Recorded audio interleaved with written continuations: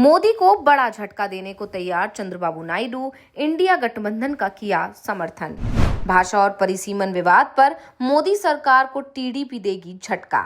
चंद्रबाबू नायडू के बेटे नारा लोकेश का भाषा विवाद पर दो टूक जवाब। हिंदी विरोध पर कहा, क्षेत्रीय भाषाओं को मिलना चाहिए समर्थन। इस समय देश में उत्तर और दक्षिण भारत के बीच भाषा को लेकर साफ बंटवारा दिखाई दे रहा है। तमिलनाडु के सीएम एम के स्टालिन ने तो भाषा और परिसीमन विवाद पर केंद्र सरकार के खिलाफ सीधे सीधे युद्ध सा ही छेड़ दिया है। अब वो हर उस बात का विरोध कर रहे हैं जिसका समर्थन केंद्र सरकार कर रही है, और इस विवाद में बीजेपी को लगातार झटके लगते दिखाई दे रहे हैं। बीजेपी को समझ में ही नहीं आ रहा है कि कैसे वो एम के स्टालिन के बनाए चक्रव्यूह से बाहर निकले। तमिलनाडु के सीएम ने जो मुद्दे उठाए हैं उसका समर्थन अब एनडीए के ही अंदर से मिलने लगा है। बीजेपी को सबसे बड़ा झटका दिया है टीडीपी ने। लोकसभा में टीडीपी के 16 सांसद हैं और एनडीए के अंदर बीजेपी के बाद टीडीपी ही सबसे बड़ी सहयोगी पार्टी है। इंडिया गठबंधन की तरफ से तो लगातार ये दावा भी किया जाता रहा है कि मोदी सरकार टीडीपी और जेडीयू की बैसाखी पर टिकी हुई है और जिस दिन ये बैसाखी हटी उसी दिन सरकार गिर जाएगी। और अब जिस तरह के तेवर टीडीपी की तरफ से लगातार देखने को मिल रहे हैं, उसके बाद से तो ये साफ कहा जा रहा है कि कुछ तो बड़ा होने वाला है। यानी कि कहा जा सकता है कि विपक्ष जो दावे कर रहा है, कहीं ना कहीं उन दावों में कुछ तो सच्चाई है। तो क्या है पूरा मामला, आज हम अपनी इस वीडियो में इसी सवालों पर करेंगे चर्चा, तो वीडियो को आखिर तक जरूर देखें। आंध्र प्रदेश के आईटी और मानव संसाधन विकास मंत्री नारा लोकेश ने दक्षिण भारत में हिंदी पर छिड़ी बहस पर प्रतिक्रिया दी है। नारा लोकेश टीडीपी चीफ और आंध्र प्रदेश के सीएम एन चंद्रबाबू नायडू के बेटे हैं और ये कहा जाता है कि पार्टी के अंदर उनकी राय सबसे ज्यादा महत्वपूर्ण मानी जाती है। ऐसे में उनसे नई शिक्षा नीति को लेकर सवाल किया गया। तमिलनाडु सबसे ज्यादा विरोध नई शिक्षा नीति का ही कर रहा है।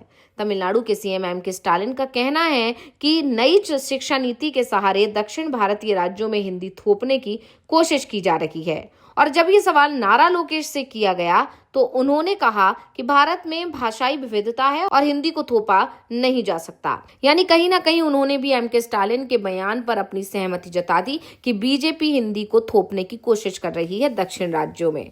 उन्होंने आगे कहा कि हर राज्य अलग है और उसे अपनी स्थानीय भाषा को बढ़ावा देने की आजादी होनी चाहिए। नारा लोकेश ने यह भी कहा कि जब मैं देश के शिक्षा मंत्री से मिला तो मैंने पाया कि ऐसा कुछ नहीं है।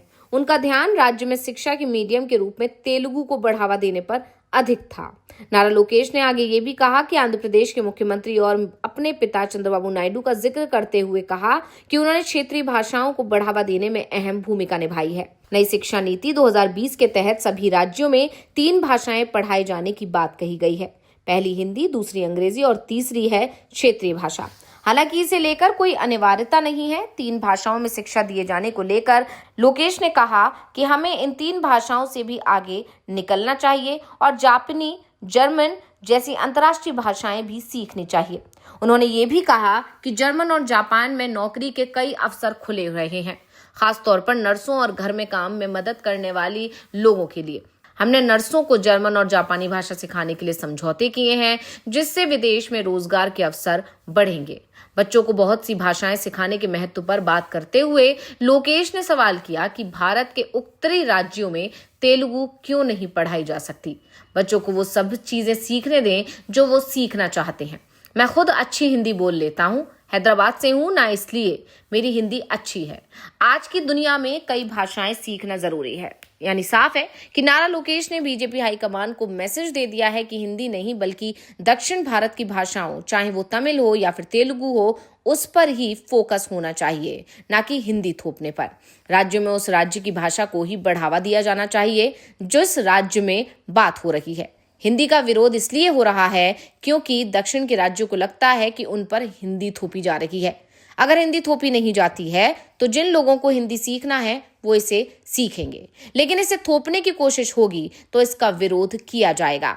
डीएमके ने तो खुले विरोध का ऐलान पहले से ही कर रखा है और जिस तरह से संकेत नारा लोकेश दे रहे हैं उससे साफ है कि अब सहयोगी भी बीजेपी के खिलाफ खड़ी होती दिखाई दे रही है और वो भी तेलुगु भाषा के समर्थन में खुलकर सामने आ गए हैं। तेलुगु आंध्र प्रदेश के साथ तेलंगाना की भी मुख्य भाषा है और पिछले लोकसभा चुनाव में बीजेपी को तेलंगाना में अच्छी सफलता मिली थी।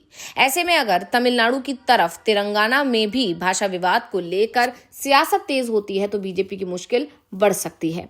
वैसे बीजेपी के लिए राहत की बात यह भी है कि तेलंगाना में कांग्रेस की सरकार है और कांग्रेस सरकार क्षेत्रीय भाषा का तो समर्थन कर सकती है, लेकिन हिंदी विरोध की सियासत वो नहीं करेगी, क्योंकि उसे इसका हिंदी राज्यों में बड़ा नुकसान हो सकता है। भाषा विवाद के अलावा दक्षिण के राज्यों में जिस दूसरे मुद्दे को लेकर सबसे ज्यादा डर दिखाई दे रहा है वो परिसीमन का मामला है। दक्षिण भारत के अधिकतर राज्य परिसीमन का विरोध कर रहे हैं। तमिलनाडु के मुख्यमंत्री एम.के. स्टालिन ने इस पर कड़ा विरोध भी जताया है।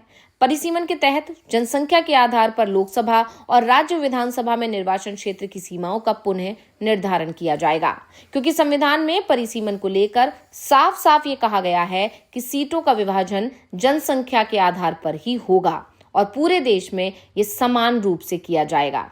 यानी कितनी संख्या पर एक लोकसभा सीट होगी वो पहले तय होगा और उसी फॉर्मूले को पूरे देश में अपनाया जाएगा। अगर ऐसा होता है तो दक्षिण भारत को नुकसान होगा, ये तय माना जा रहा है। ऐसे में नारा लोकेश से भी इसे लेकर जब सवाल किया गया तो उन्होंने जवाब दिया। उन्होंने कहा कि मैं इस तर्क के साथ हूं कि जनसंख्या नियंत्रण को दक्षिण भारतीय राज्यों के खिलाफ इस्तेमाल नहीं किया जाना चाहिए, लेकिन भारत सरकार ने साफ कह दिया है कि जनसंख्या के वर्तमान अनुपात को बरकरार रखा जाएगा। कई राज्यों में चुनाव है, इसलिए इसे मुद्दा बनाया जा रहा है। एनडीए का सहयोगी होने के नाते अगर हमें कुछ लगेगा तो हम उस पर चर्चा करेंगे, हम मुद्दों को सुलझाएंगे। यानी जो सवाल स्टालिन ने परिसीमन को लेकर उठाए हैं उससे कहीं ना कहीं टीडीपी भी सहमत है और टीडीपी खुद बीजेपी की सहयोगी है। ऐसे में कहा जा रहा है कि अगर पीएम मोदी और अमित शाह ये बात कह रहे हैं कि दक्षिण भारत के राज्यों को परिसीमन में किसी भी तरह का नुकसान नहीं होगा, तो फिर परिसीमन से पहले इसे लेकर संविधान में संशोधन किया जाए और दक्षिण भारत के राज्यों की जो डिमांड है कि परिसीमन का आधार 1971 की जनगणना को बनाया जाए, उसे स्वीकार भी किया जाए। ऐसे में अगर सीटें बढ़ती भी हैं तो वो उसी अनुपात में बढ़ेंगी जिस अनुपात में 1971 में सीटों का निर्धारण किया गया था। यानी अगर यूपी में 40% सीट बढ़ेगी तो तमिलनाडु और केरल में भी 40% सीट बढ़ाई जाएंगी। यानी अब गेंद पूरी तरह से बीजेपी हाईकमान के पाले में है। टीडीपी की तरफ से तो साफ संकेत दे दिए गए हैं कि जो मुद्दे दक्षिण की तरफ से उठाए जा रहे हैं वो बेहद महत्वपूर्ण है और बीजेपी को भी इस बात का एहसास है कि उसने दक्षिण भारत में प्रवेश करने के लिए जितनी ताकत लगाई थी वो उसकी एक गलती से मिट्टी में मिल सकती है।